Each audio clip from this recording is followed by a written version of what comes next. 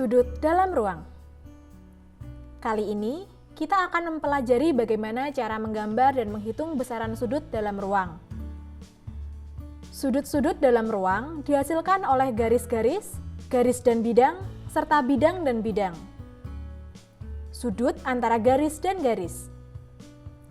Jika garis G dan garis H berhimpit, atau garis G sejajar dengan garis H, maka sudut yang dibentuk oleh kedua garis itu adalah 0. Sebaliknya, jika garis G dan garis H bersilangan, maka terdapat sudut yang dibentuk oleh kedua garis itu. Sudut antara garis H dan garis G dilambangkan dengan sudut GH. Jika besar sudut antara garis H dan garis G sama dengan 90 derajat, serta G dan H berpotongan, maka garis G dan garis H dikatakan berpotongan tegak lurus. Namun, jika G dan H bersilangan, maka garis G dan garis H dikatakan bersilangan tegak lurus. Sudut antara dua garis berpotongan. Sebelum kita belajar mengenai cara menghitung sudut, terlebih dahulu kita belajar mengenai cara menggambar sudut antara dua garis. Misalkan terdapat garis G dan garis H yang terletak pada bidang alfa dan berpotongan di titik P.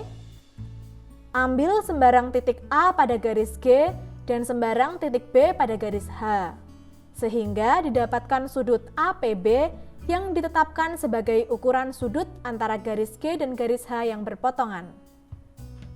Selanjutnya, kita akan belajar cara menggambar sudut antara dua garis bersilangan.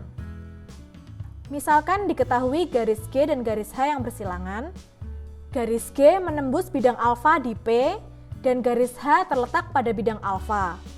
Kemudian, ambil sembarang titik O pada bidang alfa. Melalui titik O, buatlah garis G aksen sejajar dengan garis G dan garis H aksen sejajar dengan garis H. Sudut yang dibentuk oleh garis G aksen dan garis H aksen adalah besar sudut antara garis G dan garis H yang bersilangan. Ada cara lain untuk menggambar sudut yang bersilangan. Cara yang pertama, misalkan titik O diambil pada garis G dan tepat berhimpit dengan titik P. Pada titik O, buatlah garis H aksen yang sejajar garis H. Sudut yang dibentuk oleh garis G dan garis H aksen merupakan ukuran besar sudut antara garis G dan garis H yang bersilangan. Cara yang kedua, misalkan titik O diambil pada garis H dan tepat berhimpit dengan titik P. Kemudian, melalui titik O, buatlah garis G aksen yang sejajar garis G. Sudut yang dibentuk oleh garis G aksen dan garis H merupakan ukuran besar sudut antara garis G dan garis H yang bersilangan. Untuk dapat memahami konsep tersebut, mari kita lihat contoh soal berikut ini. Pada kubus ABCD EFGH, tentukan besarnya sudut antara garis AD dan garis BG. Pertama-tama, buat garis yang melalui A dan sejajar dengan BG yaitu AH. Maka, akan diperoleh besarnya sudut antara garis AD dan garis BG yang bersilangan sama dengan besarnya sudut antara garis AD dan garis AH yaitu sudut DAH. Sekarang, coba tunjukkan bahwa sudut DAH sama dengan sudut CBG. Contoh soal yang kedua, diketahui kubus ABCD EFGH dengan panjang rusuk sama dengan 8 cm. Hitunglah besar sudut antara garis DE dan garis HF. Mari kita perhatikan. Garis DE dan garis HF saling bersilangan. Hal ini dapat dibuktikan dengan sudut antara garis DE dan HF sama dengan sudut antara garis DE dan DB sama dengan sudut BDE. Hal ini terjadi karena DB sejajar dengan HF. Karena BD, BE, dan DE adalah diagonal-diagonal sisi kubus, maka panjang BD sama dengan BE sama dengan DE sama dengan 8 akar 2 cm, sehingga segitiga BDE merupakan segitiga sama sisi. Dengan demikian, besar sudut BDE sama dengan 60 derajat. Jadi, besar sudut antara garis DE dan garis HF adalah 60 derajat. Untuk mengasah kemampuan kalian, coba kerjakan soal berikut. Diketahui 5 segi 4 beraturan TABCD dengan panjang rusuk alas AB sama dengan 8 cm dan panjang rusuk sisi TA sama dengan 8 cm. Sekarang, coba buktikan bahwa rusuk TA tegak lurus rusuk TC jika besar sudut AB dan TD sama dengan alfa. Hitunglah tan alfa. Sudut antara garis dan bidang. Jika sebuah garis memotong atau menembus bidang, maka terdapat ukuran sudut yang dibentuk oleh garis dan bidang itu. Ada beberapa langkah untuk menentukan besarnya sudut antara garis G dan bidang alfa yang berpotongan. Pertama, terdapat garis G yang memotong bidang alfa di titik tembus P. Kemudian, ambil sembarang titik Q pada garis G. Melalui titik Q, buatlah garis H yang tegak lurus terhadap bidang alfa. Garis H ini menembus bidang alfa di titik Q. Dengan demikian, maka diperoleh sudut QPQ aksen adalah sudut antara garis G dan bidang alfa yang berpotongan. Perlu kita ketahui juga bahwa garis yang melalui P dan Q aksen disebut proyeksi garis G pada bidang alfa. Selain itu, sudut antara garis G dan bidang alfa dilambangkan dengan sudut G bidang alfa. Maka dari itu, dapat kita simpulkan bahwa sudut antara garis G dan bidang alfa adalah sudut lancip yang dibentuk oleh garis G dengan proyeksinya pada bidang alfa. Mari kita simak contoh konseptual dari sudut antara garis dan bidang. Diketahui kubus ABCDEFGH dengan garis diagonal ruang BH memotong bidang alas ABCD. Tentukan besarnya sudut antara garis BH dengan bidang alas ABCD. Coba kalian perhatikan. Proyeksi BH pada bidang alas ABCD adalah BD. Maka, besarnya sudut antara BH dan bidang ABCD sama dengan sudut antara garis BH dan BD. Sudut antara bidang dan bidang. Jika dua bidang berhimpit atau dua bidang sejajar, maka sudut yang dibentuk oleh dua bidang yang berhimpit atau dua bidang yang sejajar itu sama dengan 0. Sedangkan, jika dua bidang tersebut berpotongan, maka terdapat ukuran sudut yang dibentuk oleh dua bidang yang berpotongan itu. Ada beberapa langkah untuk menentukan sudut antara bidang alfa dan bidang beta yang berpotongan. Misalkan bidang alfa dan bidang beta berpotongan pada garis potong alfa, beta. Kemudian, ambil sembarang titik P pada garis potong alfa, beta. Melalui titik P, buatlah garis PQ pada bidang alfa dan garis PR pada bidang beta yang masing-masing tegak lurus terhadap garis potong alfa, beta. Sudut QPR ditetapkan sebagai ukuran sudut antara bidang alfa dan bidang beta yang berpotongan. Maka dari itu, dapat kita simpulkan bahwa sudut antara dua bidang berpotongan adalah sudut yang dibentuk oleh dua garis yang berpotongan, di mana garis pertama terletak pada bidang pertama dan garis kedua terletak pada bidang yang kedua, dan kedua garis itu tegak lurus terhadap garis potong antara kedua bidang tersebut. Untuk menentukan sudut, terdapat beberapa istilah yang sering digunakan. Beberapa di antaranya seperti 1. Sudut PQR yang menyatakan ukuran sudut antara bidang alfa dan bidang beta yang berpotongan dinamakan sebagai sudut tumpuan. Bidang PQRS yang memuat sudut tumpuan dinamakan sebagai bilangan tumpuan. Jika alfa mewakili bidang ABC dan beta mewakili bidang BC, maka sudut tumpuan antara kedua bidang itu dituliskan sebagai sudut A, BC, D. 2. Jika besar sudut antara bidang alfa dan bidang beta yang berpotongan sama dengan 90 derajat, maka dapat dikatakan bahwa bidang alfa tegak lurus bidang beta atau kedua bidang saling tegak lurus sesamanya. 3. Jika sudut antara dua bidang yang berpotongan itu bukan sudut istimewa, maka yang dihitung cukup nilai perbandingan trigonometri atau seperti sinus, kosinus, tangen dari sudut itu. Untuk dapat memahami konsep ini, mari kita perhatikan contoh berikut ini. Sebuah kubus ABCD EFGH memiliki bidang diagonal ABGH dan bidang alas ABCD berpotongan pada garis potong BG.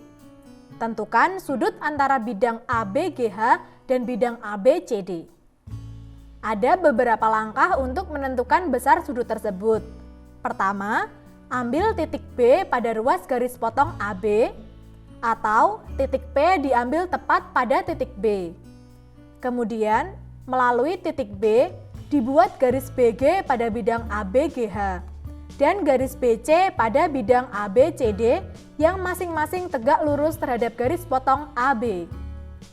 Maka, diperoleh kesimpulan bahwa sudut CBG merupakan ukuran sudut yang dibentuk oleh bidang diagonal ABGH dan bidang alas ABCD yang berpotongan. Selanjutnya, mari kita selesaikan permasalahan sudut di antara bidang dengan bidang.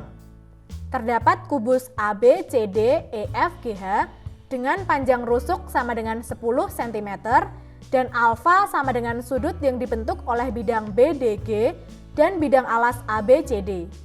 Hitunglah tangen alfa.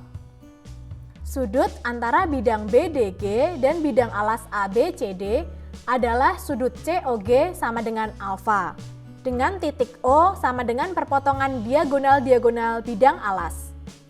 Segitiga OCG siku-siku di C, dengan CG sama dengan 10 cm dan OC sama dengan setengah dikali 10 akar 2 sama dengan 5 akar 2. Sehingga tangen alfa sama dengan CG dibagi OC sama dengan 10 dibagi 5 akar 2 sama dengan akar 2. Jadi, tangen alfa sama dengan akar 2.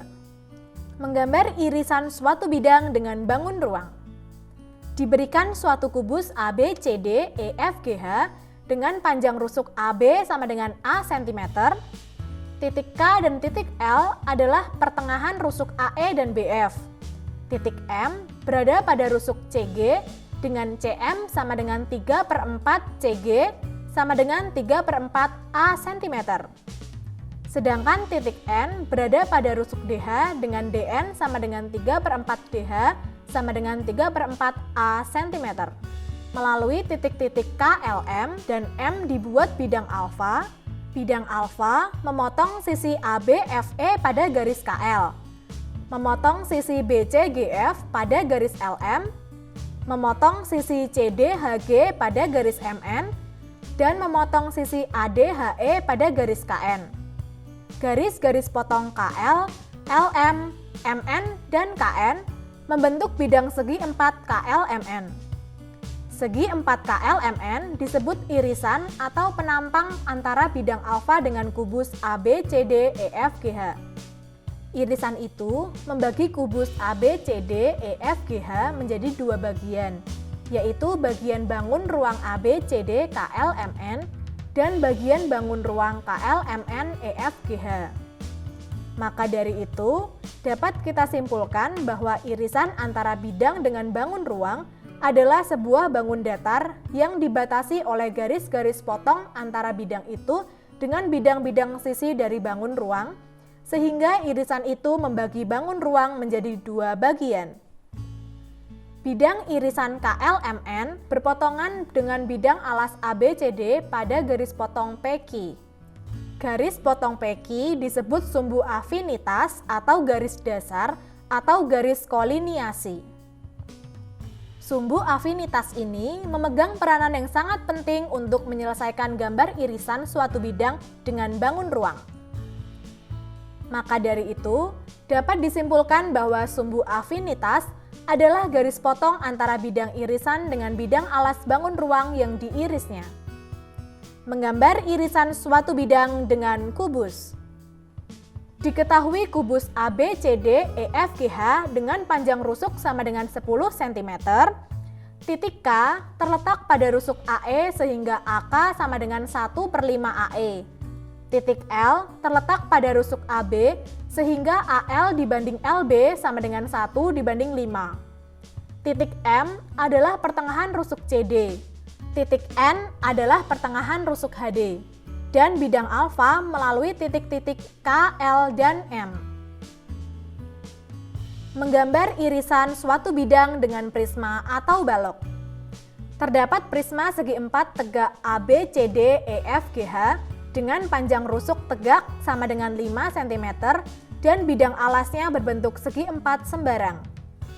Titik K terletak pada pertengahan rusuk BF dan titik L terletak pada rusuk tegak DH sehingga DL dibanding LH sama dengan 2/3. Bidang alfa melalui titik-titik E, K, dan L. Gambarlah irisan bidang alfa dengan prisma itu.